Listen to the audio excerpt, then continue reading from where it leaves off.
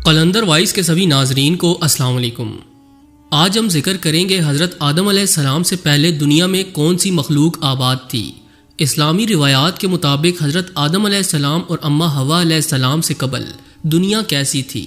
غیر مسلم حضرت آدم علیہ السلام کو پہلا انسان کیوں نہیں مانتے؟ ان سب سوالات کے جواب جاننے کے لیے ویڈیو کو آخر تک ضرور دیکھیے گا۔ ویڈیو کو لائک اور چینل کو سبسکرائب کرنا ہرگز نہ بھولیں۔ تو آئیے چل کر موضوع کا باقاعدہ آغاز کرتے ہیں۔ دوستو، حضرت آدم علیہ السلام سے قبل دنیا میں آباد مخلوقات کے حوالے سے مختلف نظریات پیش کیے جاتے ہیں۔ عیسائی اور یہودی سائنسدانوں کا یہ کہنا ہے کہ حضرت آدم علیہ السلام سے پہلے زمین پر ڈائنوسارز آباد تھے اور انسانوں کی آبادی کے بعد ان کی نسلیں ختم ہونے لگیں، جبکہ کچھ ماہرین کے مطابق حضرت آدم علیہ السلام سے پہلے اس زمین پر انسانوں جیسی ہی ایک مخلوق آباد تھی جن کی باقیات اور ڈھانچے مل چکے ہیں، جس پر یہ خیال کیا جاتا ہے کہ حضرت آدم علیہ السلام سے پہلے بھی انسان اس زمین پر موجود تھے، جو باقی امتوں کی طرح ختم ہو گئے یا پھر ختم کر دیے گئے۔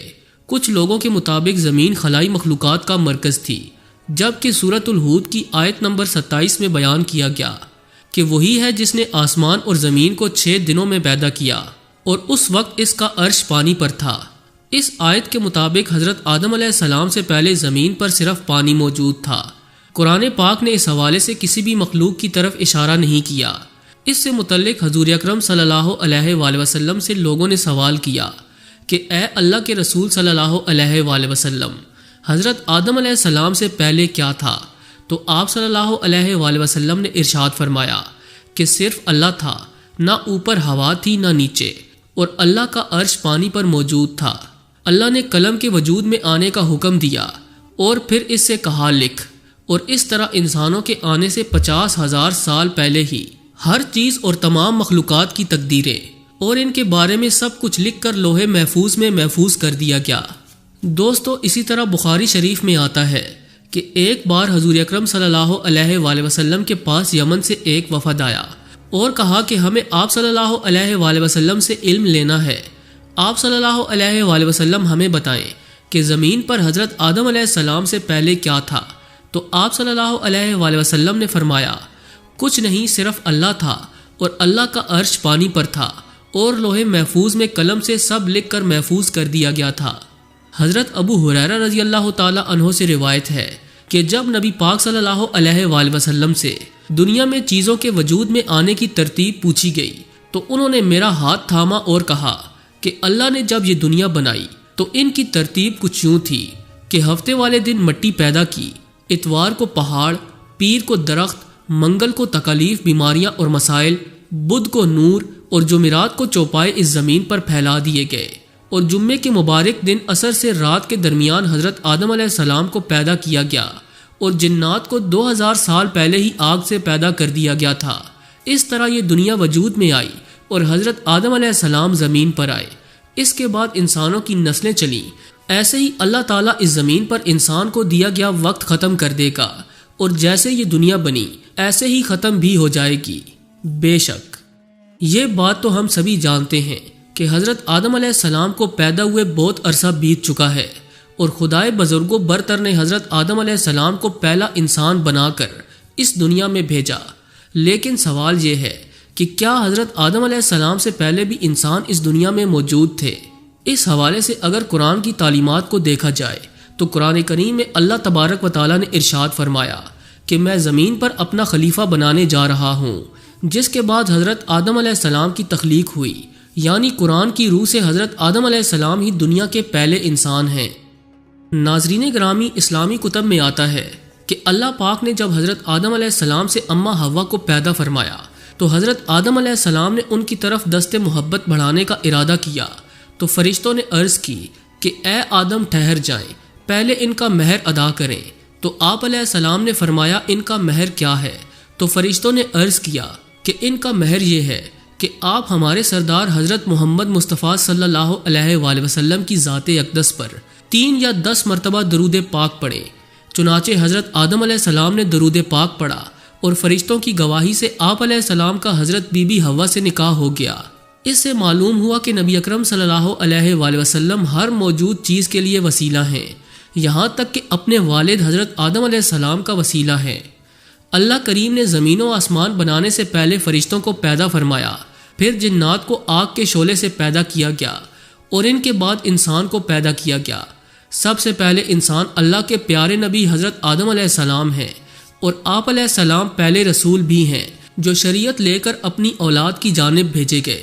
حضرت آدم علیہ السلام اللہ کے پہلے خلیفہ ہیں، جیسا کہ سورۃ البقرہ آیت نمبر 30 میں ارشاد ہوتا ہے، اور یاد کرو جب تمہارے رب نے فرشتوں سے فرمایا کہ میں زمین میں اپنا نائب یعنی خلیفہ بنانے والا ہوں۔ اس آیت کی تفسیر میں ہے کہ خلیفہ اسے کہتے ہیں جو احکامات جاری کرنے اور دیگر اختیارات میں اصل کا نائب ہوتا ہے۔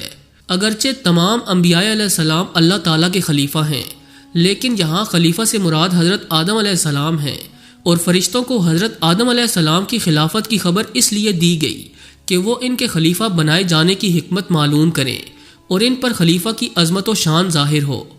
دوستو، یہ بات تو آپ جانتے ہی ہوں گے کہ اللہ رب العزت نے حضرت آدم علیہ السلام کو بغیر ماں باپ کے مٹی سے پیدا فرمایا۔ آپ علیہ السلام کی پیدائش کا واقعہ بھی بے حد دلچسپ ہے۔ اللہ تعالیٰ نے حضرت جبرائیل علیہ السلام کو حکم دیا کہ زمین سے ایک مٹھی مٹی اٹھا کر لاؤ۔ حضرت جبرائیل علیہ السلام نے زمین سے مٹی اٹھانی چاہی تو زمین نے اس کا سبب پوچھا۔ آپ نے سارا واقعہ بیان کیا۔ اس پر زمین کہنے لگی، میں خدا کی پناہ چاہتی ہوں اس بات سے کہ مجھ سے کچھ کم کیا جائے یا میری کوئی چیز خراب کی جائے۔ حضرت جبرائیل علیہ السلام مٹی لیے بغیر واپس لوٹ آئے اور عرض کی، اے میرے رب، زمین نے تیری پناہ مانگی تو میں تیرے پاک نام اور تیری عزت کا ادب کرتے ہوئے واپس آ گیا اور اسے پناہ دے دی۔ پھر اللہ تعالیٰ نے حضرت میکائیل علیہ السلام کو بھیجا تو زمین نے پھر سے پناہ مانگی، جس پر حضرت میکائیل علیہ السلام بھی واپس آ گئے اور بارگاہ الہی میں وہی عرض کی جو حضرت جبرائیل علیہ السلام نے کی تھی۔ پھر اللہ پاک نے حضرت اسرافیل علیہ السلام کو بھیجا تو وہ بھی اسی طرح واپس آ گئے۔ پھر حضرت اسرائیل علیہ السلام کو بھیجا گیا۔ جب زمین نے ان سے پناہ مانگی تو حضرت اسرائیل علیہ السلام نے فرمایا، میں اس بات سے اللہ کی پناہ مانگتا ہوں کہ اس کے حکم پر عمل کیے بغیر واپس چلا جاؤں۔ چنانچہ انہوں نے زمین سے مٹھی بھر مٹی لی اور واپس جا کر بارگاہ الہی میں پیش کر دی، جس پر اللہ تعالیٰ نے روح قبض کرنے کا کام بھی حضرت اسرائیل علیہ السلام کے ذمے لگایا کہ تم نے ہی اس مٹی کو زمین سے الگ کیا ہے اور تم ہی اس کو مٹی میں ملانا، اور ان کا نام ملک الموت یعنی موت کا فرشتہ رکھ دیا گیا۔ حضرت ابو ہریرہ رضی اللہ تعالیٰ عنہ سے روایت ہے کہ حضور اکرم صلی اللہ علیہ وآلہ وسلم نے فرمایا کہ جب اللہ نے حضرت آدم علیہ السلام کو پیدا کیا اور ان میں روح پھونکی تو ان کو چھینک آئی، جس پر انہوں نے الحمدللہ کہا۔ یوں سب سے پہلے ان کے منہ سے اللہ کی حمد نکلی، پھر اللہ تعالیٰ نے یرحمک ربک فرمایا۔